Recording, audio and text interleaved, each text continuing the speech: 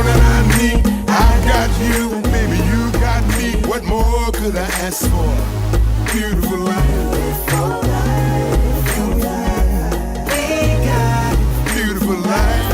I got a beautiful life. Beautiful life. Listen, I woke up this morning, y'all. The sun was shining oh so brightly. I thought about how good this life is. Back in the day, it wasn't always like this. I think about the things we done been through. I think about the place that I come from. It wasn't always easy, so every day I'm thanking God for the beautiful people everywhere I go. I just need to see your smiling faces at my show. And when you're feeling real love from the family, every day is a gift, y'all, that's all I need. What a beautiful life. All that I've got, all that I need. I got you, baby, you got me. What more could I ask for? Beautiful life. Beautiful life. We got beautiful life. I got a beautiful life. Beautiful life. Happiness, you know, it feels real good, y'all. For us to get it, then we gotta work hard, y'all. Every day. And don't pay attention to the things they say when they tell you that you can't make it, but you can if you try, y'all. When life is rough, I know sometimes you wanna cry, y'all. Just keep the faith and don't question. Ain't no need of stressing. Your life is still a blessing. It's not about the cars, the money, or the clothes. You can believe these things will only come and go, but when you're getting real love from everyone you meet, it's a blessing, y'all. It's magic, y'all. What a beautiful life. All that I've got, all that I need. I got you, baby, you got me. What more could I ask for? Beautiful life. Beautiful life. We got beautiful life. I got a beautiful life. Beautiful life. And now we all been blessed to be here, so it ain't no need for stress. We don't worry about the things that we can't control. We just pray and hope for the best. You don't need a whole lot of money. You don't need no fancy car. You ain't gotta be famous or a movie star. Just be happy with who you are.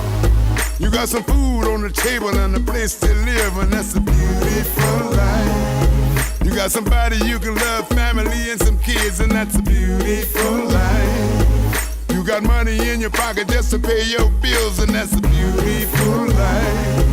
Just to make it through the struggle and you still be here. Now that's a beautiful life. Okay, wind me up.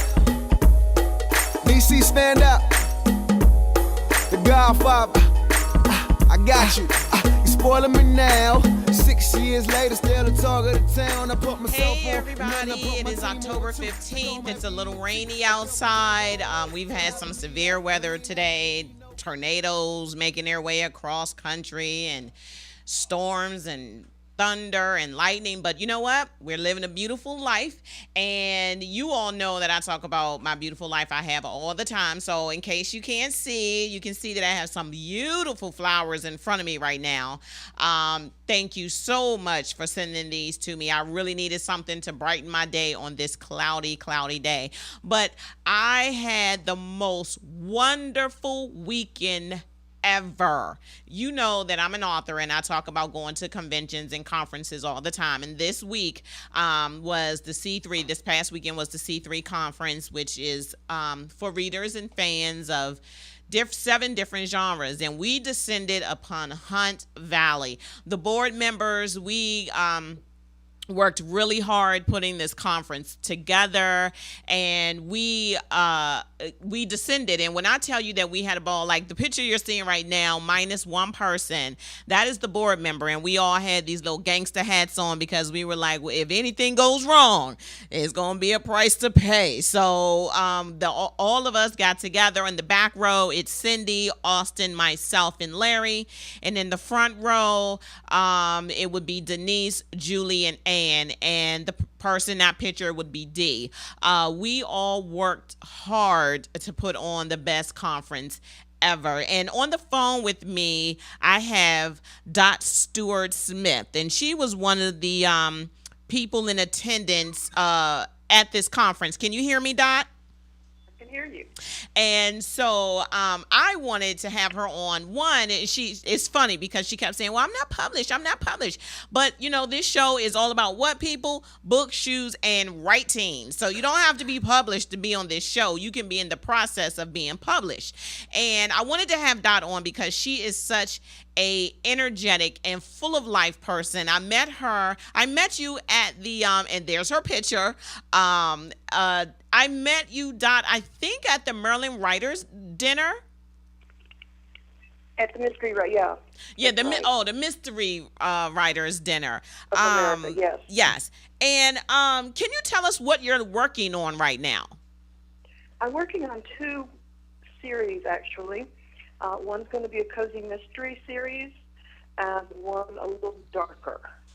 Okay, when you say a cozy mystery, because some people don't know what a cozy mystery is, can you describe to us what your definition of a cozy mystery would be?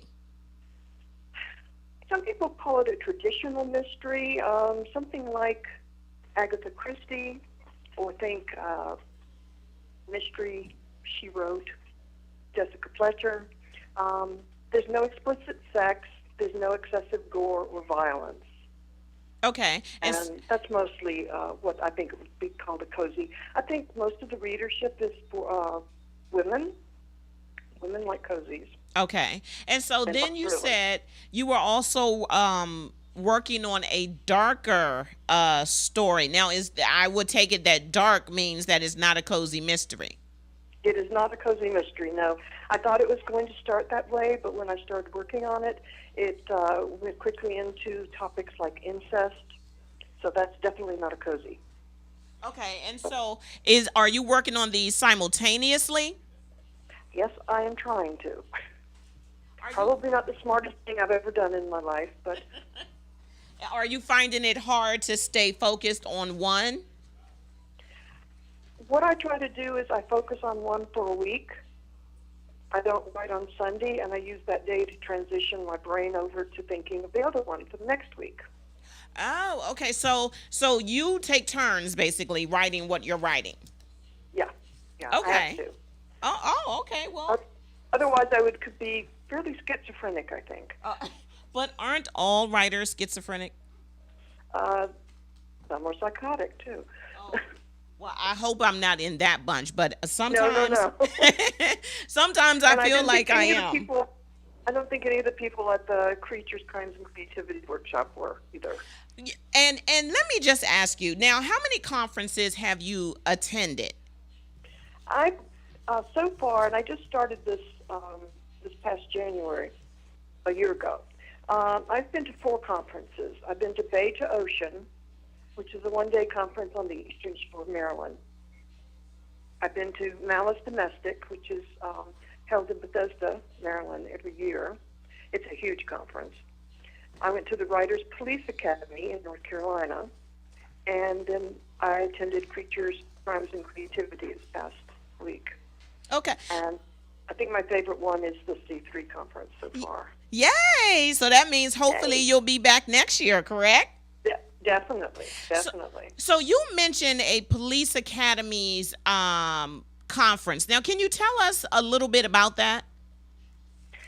That conference is held in Jamestown, North Carolina, at the Guilford Technical Community College, where they have a police academy, and they are actually training police officers and other first responders there. So it's set up for that kind of training. And once a year, there's a conference for writers, because what we're trying to learn is how to write about police activities correctly. They got tired of what we get wrong. So now they invite us down there to this conference where we can actually participate in some of the training. I learned about building searches. I went on building searches. I went on a simulated firing range. We witnessed a simulated disaster area. And then there were courses taught by experts who teach in that academy and also from all over the United States. And I know that one of those instructors was our own keynote speaker, John Gilstrap. So Yes, when you said that the police academy decided to do this because a lot, to have authors down there. I'm actually a former police officer and writer named Lee Laughlin. Okay. Who started it, and he has arranged for it to be held at this site for several years now. Lee has recently moved to California and is now talking about possibly having one someplace else in the United States in addition to North Carolina. And so do you find that it is, first, to get into this academy, is there anything special that you need to do? You just need to register on early on the day they say registration opens, because it was completely sold out in about 12 hours. Wow. So for writers, when this comes open, and they really need to be watching the website and listening to their counterparts talking about this police academy, they really need to jump on it. And would you say that you learned a lot of information by going to that police academy? I was trying to be like a sponge and absorb everything. The problem is that you can't get to every session. There are people that I met at this conference who've been going every year. So there's some that have been there 5 years in a row. Wow. And they still haven't gotten to everything that's available. So was it set up kind of sort of like Creatures, Crime, and Creativity, where you had different panels, or was it like you had to choose in advance to, what you were going to do once you got there? A few of the things you had to sign up for in advance. A couple of things were by lottery. They had police ride-alongs with local police officers, and that was on a lottery system. Signing up for things like the simulated firearms, and there was another thing you had to sign up for ahead of time. The rest of it was workshops, like we had at PALS, individual presenters, keynote speakers, and like here's a typical day from 8:45 to 10 on this particular day. They were having building searches, EMS ride-alongs, investigation of felony murder, varieties of multiple murder, police gunfighting, policing back in the day, special ops, what are they good for, suspicious police deaths, suspicious fire deaths, and airport security, and you had to pick one. Oh, wow. So out of all those choices, like a kid at Christmas, you got to pick your favorite toy to play with, basically, is what they were telling you to do. Yeah. And there's so much else going on that I didn't get to go to. Right. So probably that's why so many people go year to year, every year, so that they can at least try to hit the things that they didn't hit the previous year. So exactly. I'm going to ask you about your experience at the C3 conference. So what on the opening day, what were you expecting on the opening day, and did it meet your expectations? I really didn't know what to expect on the opening day. This is the first time I'd been to this conference, so I was thinking that, I knew it would start out with some kind of a welcome, and then boom, right into the choice of 3 different panel discussions, which I really liked. And the fact that there were only 3 to choose from, I didn't feel, quite so torn. Okay. There were 8 or 10, but I still wanted to go to some that were being presented at the same time, and it was kind of frustrating. Mm-hmm.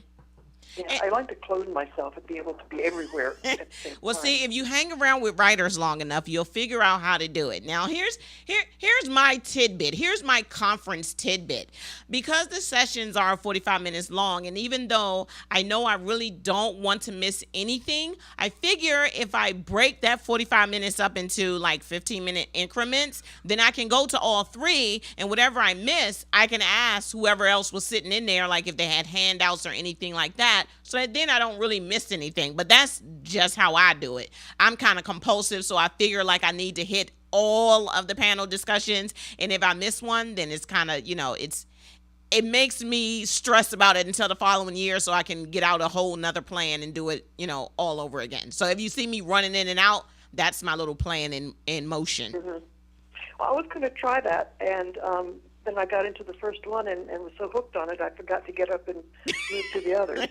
Now, did you take, because we had master classes, did you take any of the master classes? I did. I took the one with Brad Parks. Okay. Where's Papa going with that axe? Uh-huh. And where was he going with that axe? Did he ever say? Yeah, what it was referring to was Charlotte's Web. Oh, right. I forgot all about Papa did have a, yeah, because the little girl asked him that. Yes. All the little pigs were born and there was a runt, so Papa's going out with his axe. Oh, I forgot. Now, see, now I have to go read Charlotte's Web all over again just so I can get that whole. So, how did that help you? Was what he gave you in that session? Do you think that is going to help you writing your cozy mystery? I think it's probably going to help me more with the darker one. Okay. Well, it'll help me with both of them, actually. Mm-hmm. What I mainly got from the entire C3 experience was encouragement and networking with some really terrific people. I was very excited about the friends that I've made. Mm-hmm. And how we all seem to want to stay in touch on Facebook. Yeah, and and that is the best thing about going to any conference. When it's over, as long as you've exchanged, business cards, or you kind of sort of know what their names are, their author names are, you can immediately go onto social network, either Twitter or Instagram or Facebook, most likely Facebook, and you can find them. And I have found, because that's how I became a conference junkie, because the first time I went to a conference, which was Beta Ocean, immediately after, everyone was like, hey, we met at Beta Ocean, please keep in touch. And when people say keep in touch, they actually do mean keep in touch. Not like when you go to the family reunion and your auntie say keep in touch and you really know you're not going to talk to her again until the next family reunion. Mm-hmm. With this, people actually do keep in touch. And I know, and it's so funny, or sad maybe on my part, I didn't realize that you had a Facebook page.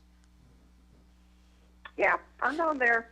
And because I was like, oh, I wonder if Dot has a Facebook page. And then it took Thomas Passini. I saw his post where he posted to you because you two had connected at the conference. And so I was like, oh, wow, she does have a Facebook page. See, that's how much I knew. Because I remember you kept saying, oh, I'm really no good at social media and things like that. But you really are good at it because you have everything posted on there that would be interesting to someone.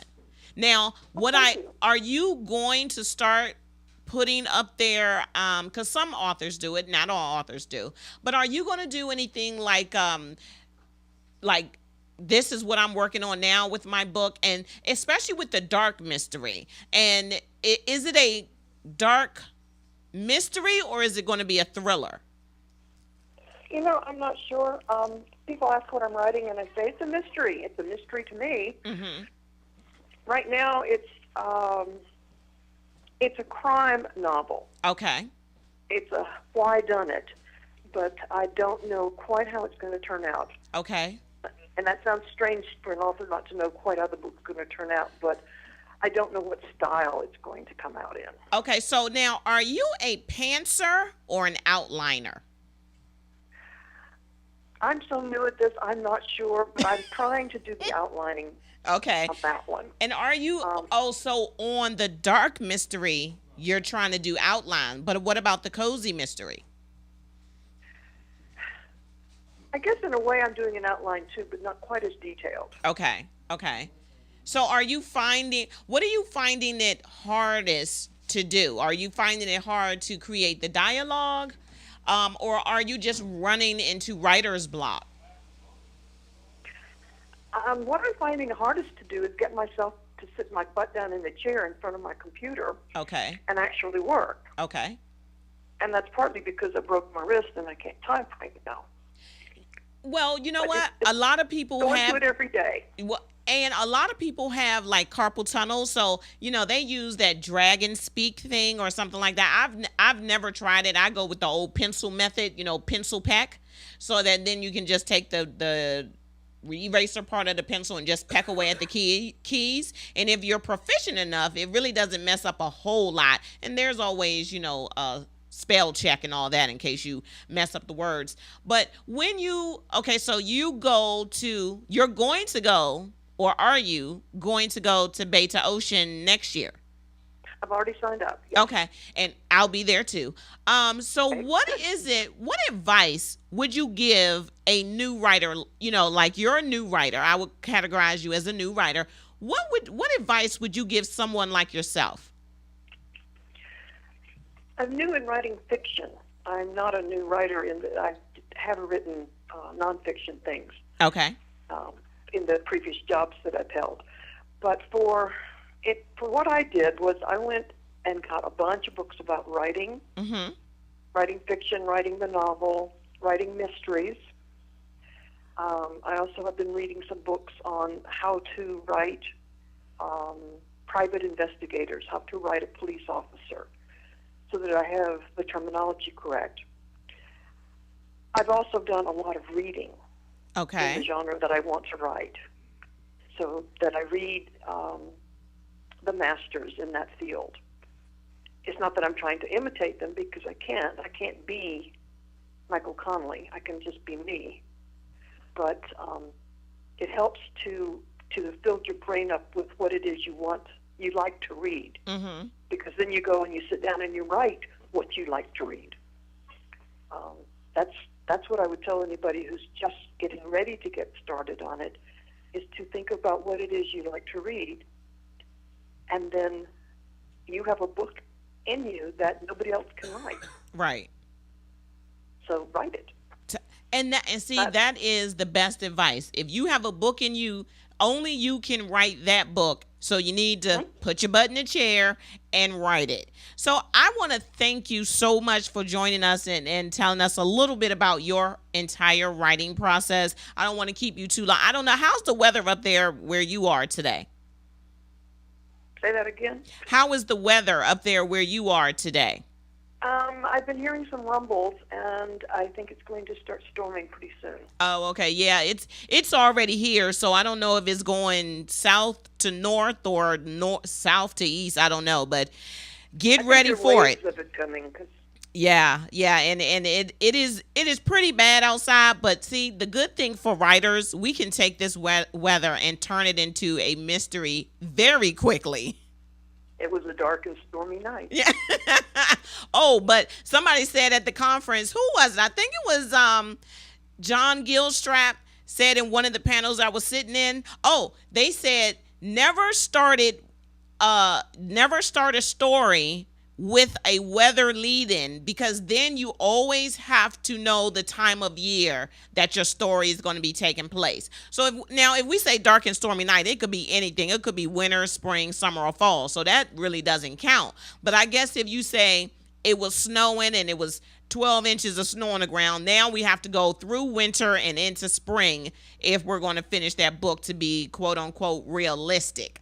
So Right. It was a dark and stormy night. That's a good way to start, because the best book in history started that way. So they couldn't be all wrong, right? Absolutely. So thank you for joining us, and I will see you at the next. Are you going to be at the Mystery Writers Dinner on Thursday? Tomorrow? Yes. Yes. Okay. So I will see you on tomorrow night then. All right. I can't wait to see what kind of shoes you're wearing. I know. See, today I had on boots. It's boot season, y'all. So I had on boots today. Well, you had on some good shoes at the C3 conference. Of course, because I am the shoe lady.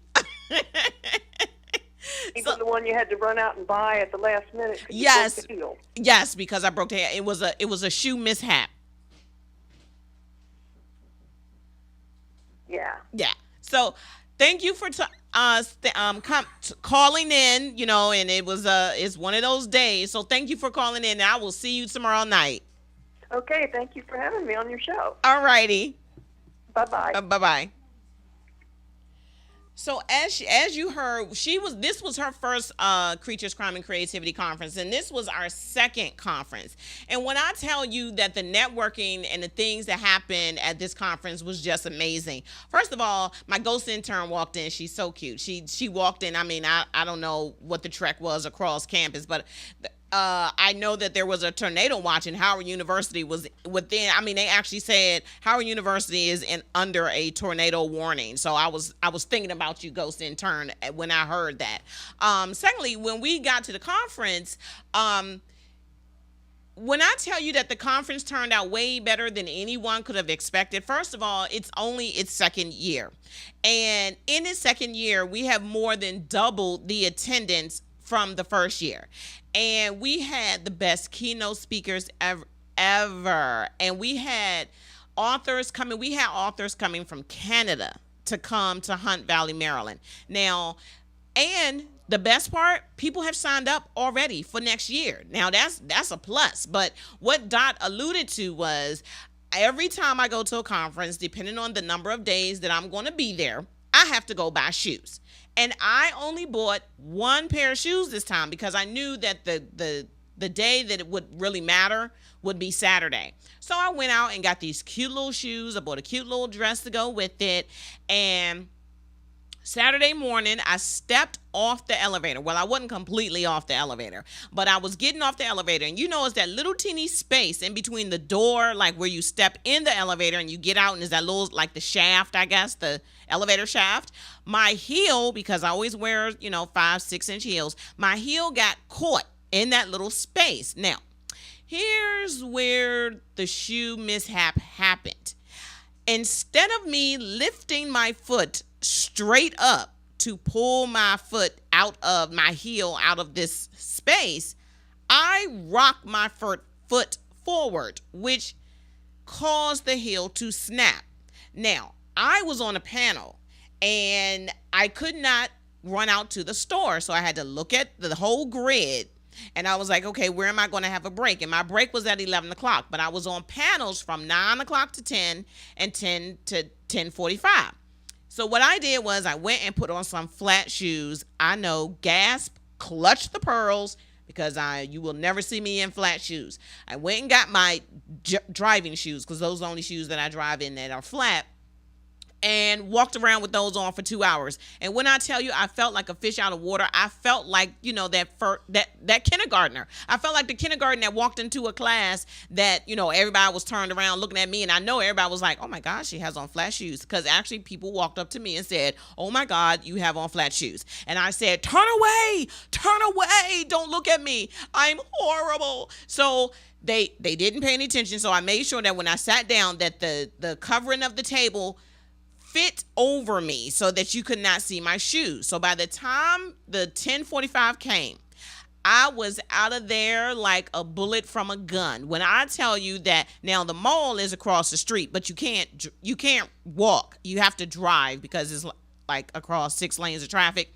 So what I had to do was I had to go out. First, I had to go to my room and get my key. Then I had to run back downstairs, come outside, get in my car, drive, and wouldn't you know, I got every red light. So it's 3 red lights between me and the mall. And like I said, it was right across the street. I decided this was just too important for me to park. So I pulled up in front of the store. And when I tell you that, okay, I might have run a red light. I could have, but I'm not admitting to anything. I probably did, but I'm not admitting to it.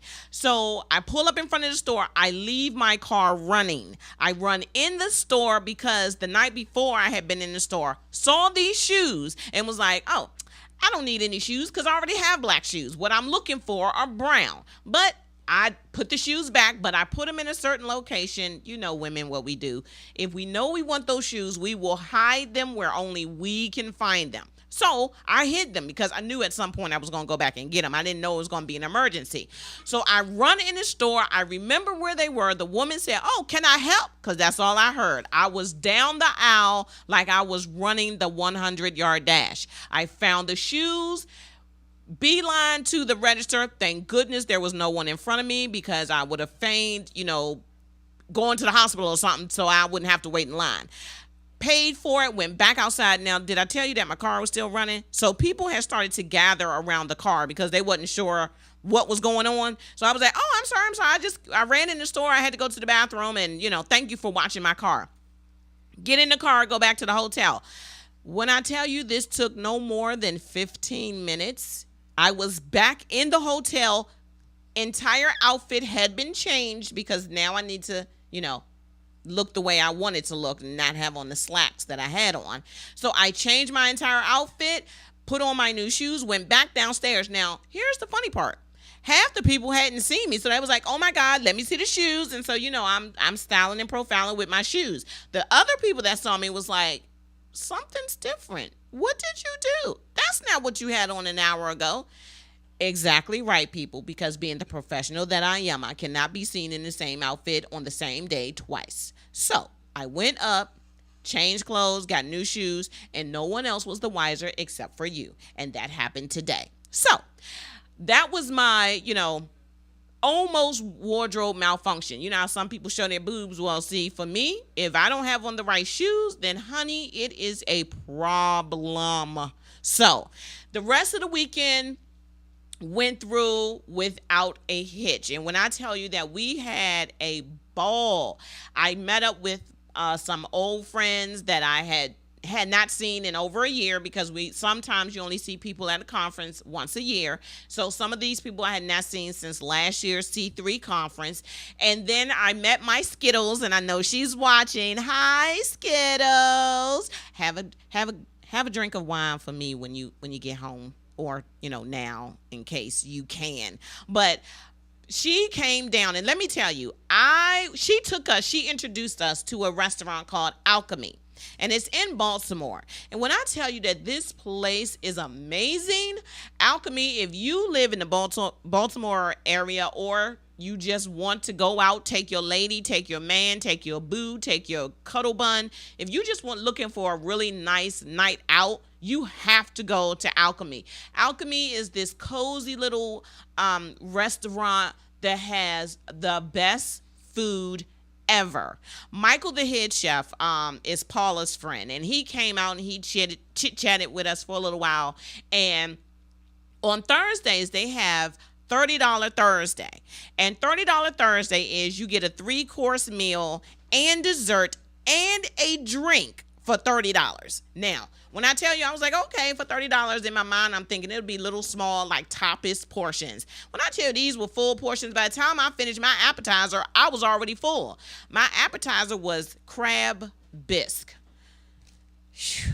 That's all I'm going to say about that, because if I say anything else, it's going to be a totally inappropriate show. Now, that's all I'm going to say about that crab bisque. My second course was a stuffed sweet potato, and it was stuffed with lamb, cherries, mushrooms, mozzarella cheese, and something else. Now, the crab bisque did it, but the stuffed sweet potato put me over the edge. Now, remember that was just the appetizer in the first course. So my main course was red snapper with red mashed potatoes. They had to practically roll me. No, first of all, I told the waiter when he came back that I just needed a blanket and a pillow, because I wasn't going to leave, because I already knew there's no way I can get up from this meal, because the meal was so good. Let's not talk about the drink that we got, because one of the drinks is called an Antigua Stiletto.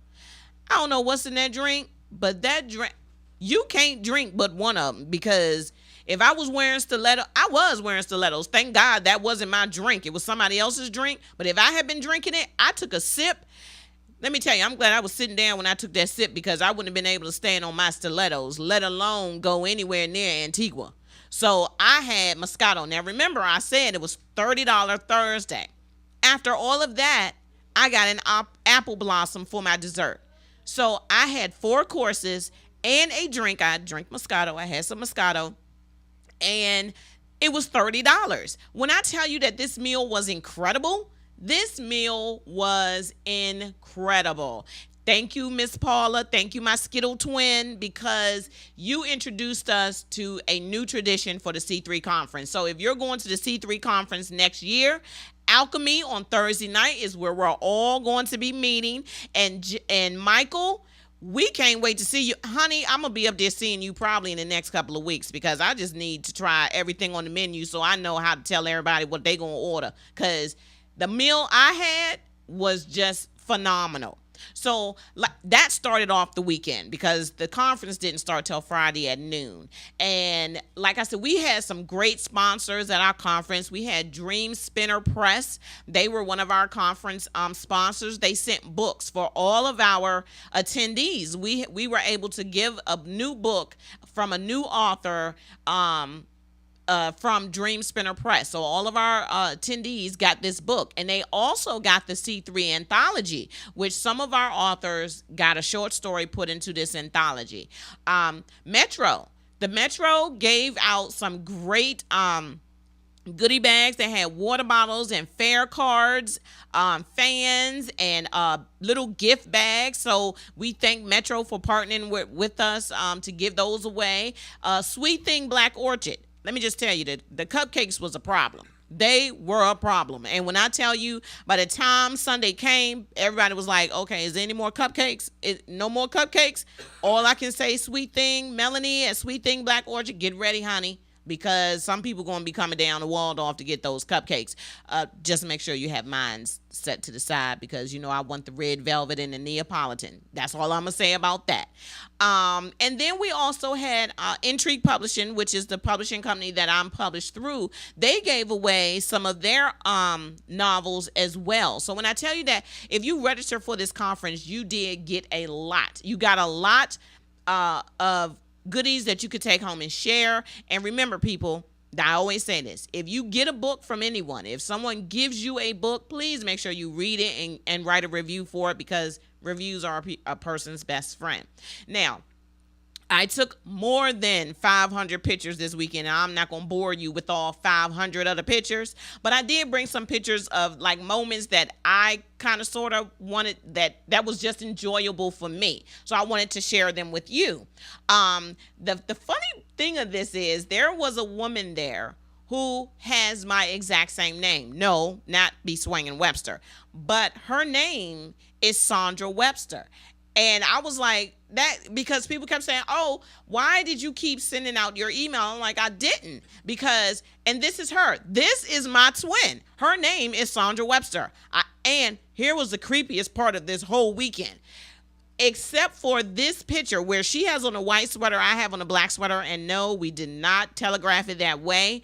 We were dressed in the exact same colors all weekend. Like all weekend, we had on the exact same colors, which was just shocking, amazing, and a little creepy. I'm just going to say that, just a little creepy, because I don't even know, and we're the same age. So it's like, are you sure you're not my twin? Because I do have a twin. Hi, Angie. She's in North Carolina. I do have a twin, but apparently maybe we were triplets. I'm not quite sure. Maybe something went on in the back room that we just didn't never know about. And now there's two authors in the family. But she will be on the show at some point. And like I said, I met some wonderful people. We have networking that we do, and we go to the bar in the evening, and we had a great videographer, Jerry Royce, who does Positive Power 21 television up in Baltimore. He was there, and he was providing for the authors free of charge interviews, like 5-minute interviews. And there he is right there. That's Jerry Royce and me and Dee Lawrence. That was one of the other board members. And this was Friday night's networking session. Okay, it was really a drinking session, but we did a lot of networking. He provided interviews. And so those interviews will be broadcast on his show, Positive Power 21, in the near future. So you will be able to see over half of the authors that were in attendance at the C3 conference. We also had John Gilstrap that gave the most inspirational speech about serendipity and how when he first started out, he thought that he was it. He said he got the money and he was taking pictures and throwing the money in the air, and he just knew that this was what he was supposed to be doing, and nobody could tell him anything until they stopped calling. And that does happen when you think that your career is moving along, it really doesn't. And he shared the quote of the night, and I'm gonna share that quote just before the end of my show today. We also had Brad Parks, we had CJ Ellison, and we had Rebecca York. And when I tell you that these three people, first of all, Brad Parks, if y'all remember, he was on my show. He was supposed to bring me shrimp. He didn't bring me any shrimp, not one. So he said that he wanted to he wanted me to hold that over his head even longer. So consider it held even longer, Brad. But these three authors, New York Times bestselling authors, Shamus Award, Lefty Award winners, they all gave master classes in what they were good at. Brad Parks, as you heard from Dot, gave the master class, Where's Papa going with that axe? And that was all about story development and how to develop your story. Rebecca York did a class because she writes a lot of vampires and sci-fi and paranormal and romance, but her classes were about how to create your own universe, your own believable universe, because that's the key. You can make up a universe, but if it's not believable, it's just too far-fetched, and it might as well be a comic. Not that I have anything wrong or negative to say about comic books or anything like that, but if you're an author, there is a difference between graphic novels and writing fiction. CJ Ellison writes vampires, but she also writes erotica, which, let me just tell you, some of the fan mail that she gets, kinda special.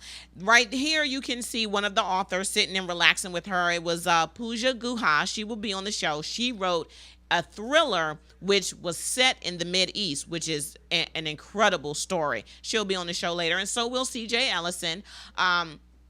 CJ Ellison is doing research for another novel, and so she will be coming to the studio to tell us all about the novel. And just, you see me keep looking down right here because people are tweeting with me about the show and about the conference, and I thank you very much for doing that, because I always say, tweet with me so I know that you're out there, and so I know that you're out there, so woohoo for us.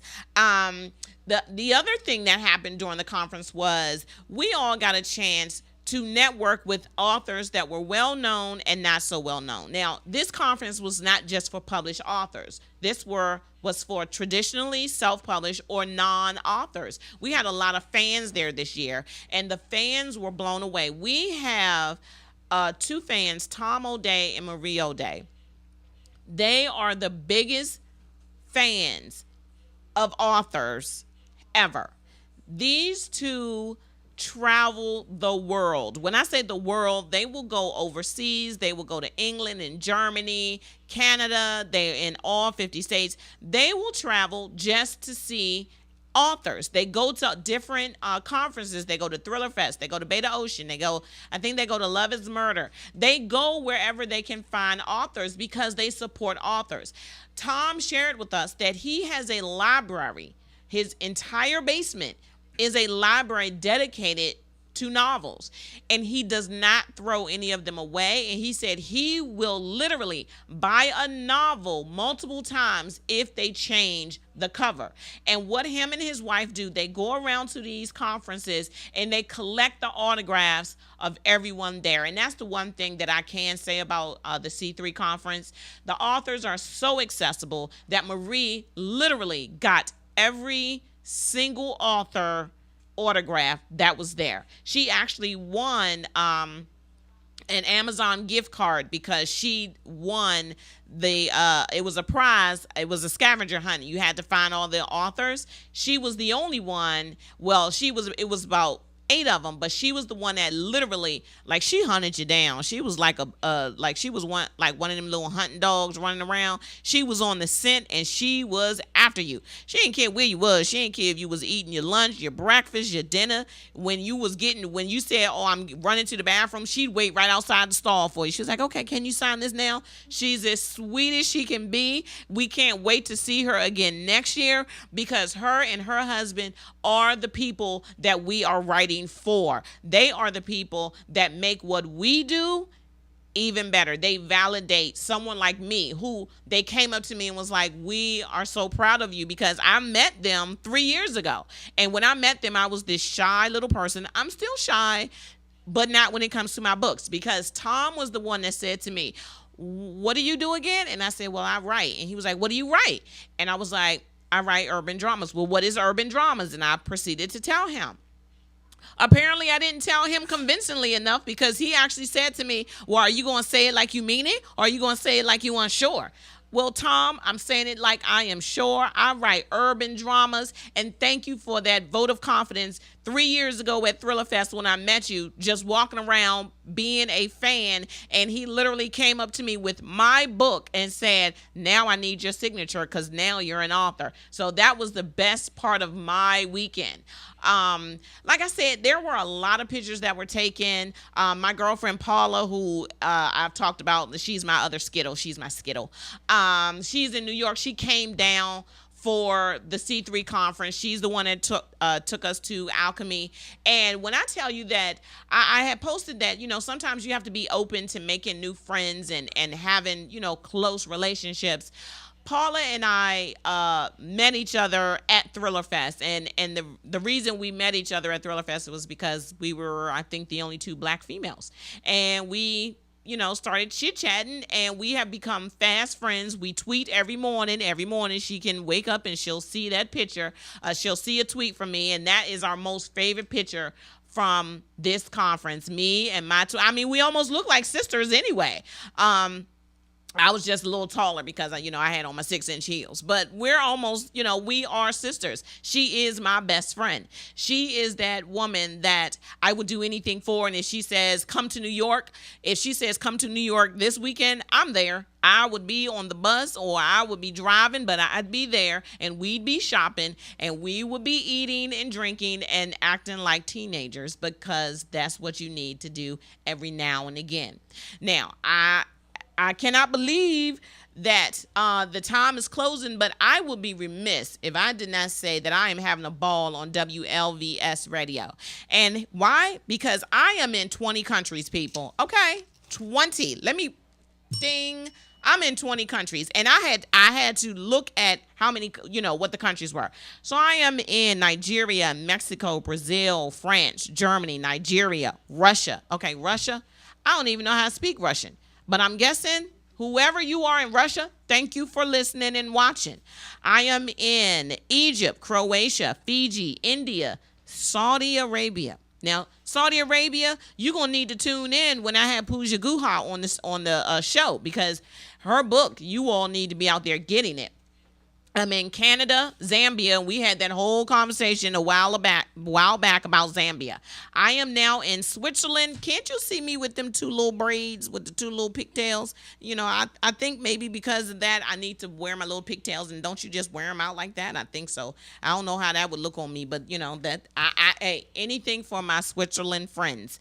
I am in New Zealand, Guatemala, and Poland. So thank you, all 20 countries, and I cannot forget the U.S. because the U.S. is my biggest supporter, and my kids out in Las Vegas, my kids here. Thank you. I want to thank my daughter because her little military friends are watching me as we speak. Hey, Kyra's friends, how are you doing? I'm sure it's not as cold in Las Vegas as it is here, but hey, you all don't ever get rain, so I don't know what to tell you. I am going to leave you with the best quote from this weekend. Like I said, John Gilstrap gave our keynote speech, and he spoke about serendipity. And he spoke about how you cannot fail. No one can make you fail. You can only fail if you want to. It's your choice. It's your choice whether you're going to fail or you're going to move forward or you're going to propel yourself to do better. It's up to you. And so in his speech, he gave this great speech about how his wife would read his novels before, he would give them to her when he finished. And she would say, oh, that's nice. And then she'd put it down. And the one day that she read the novel, she was crying. And he said that could only go one of two ways. Either she liked it or she didn't. And he found out that she liked it. And she liked it so much that she said, you need to have this published. And so went down, his career. And Jonathan Graves was born. And he talked about all of the struggles and the victories that he had. But he said at a point, there was a big struggle that he was going through. And he said, when you're an author, you're solitary when you're an author. It's you, your computer, and your characters. And that's it. And he was his own worst enemy. He kept saying he couldn't do it. But then at a point, he was like, either I'm going to give up or I'm going to keep pushing forward. And so he said he was going to keep pushing forward. And so for me, I've been going through a lot. And I've been having a beautiful life, and I refuse to let anyone, let me just say that again, people. I refuse to let anyone determine what my fate will be. And you might not like me. Thank you. It's okay. I don't like everybody either. And if you feel the need to tell me that, that's quite okay too. I don't like everybody, and I don't have a problem saying it. I hope that if I ever say anything that someone does not agree with, that you say something to me about it. But just know that everything that I say is truthful, because I don't believe in telling a lie. You will never get a lie from me. So that is not one thing that you will ever come out of me, because that's not how I was raised. That's not what I was taught, because I was always taught you treat people the way you want to be treated. So John's speech really resonated with me, because like I said, a lot of people don't like to see you doing good, but that's okay, because your enemies can become your stepping stones. You got to remember that. And the quote that he said was, failure cannot be inflicted. Failure can only be declared. And he decided that he was not going to declare failure any longer. And when he decided that is when things for him began to turn around and take him down a different path. So for me, and there's a question on my Facebook and there's a question on my Twitter right now, what are you declaring as of today, as of October 15th, 2014? What are you going to declare? Are you going to declare that you're a failure and that you cannot move forward? Or are you going to declare that you are victorious in whatever path you have set yourself on? I have set myself on a certain path. I know I'm going to get there, whether I am with people or without people. I know I am going to get there regardless on what they say, regardless on what they do. I know that what is for me is for me, and I don't mean to sound like I'm giving a sermon, but I just need people to know that if you think you are a failure and if you think that you cannot move on, then that is because you are choosing to do that. So my question to you and how I'm going to end out my show is, what are you going to choose to do? I choose to continue on the path that I'm on, and that is why I am living a beautiful life. I will see you next week.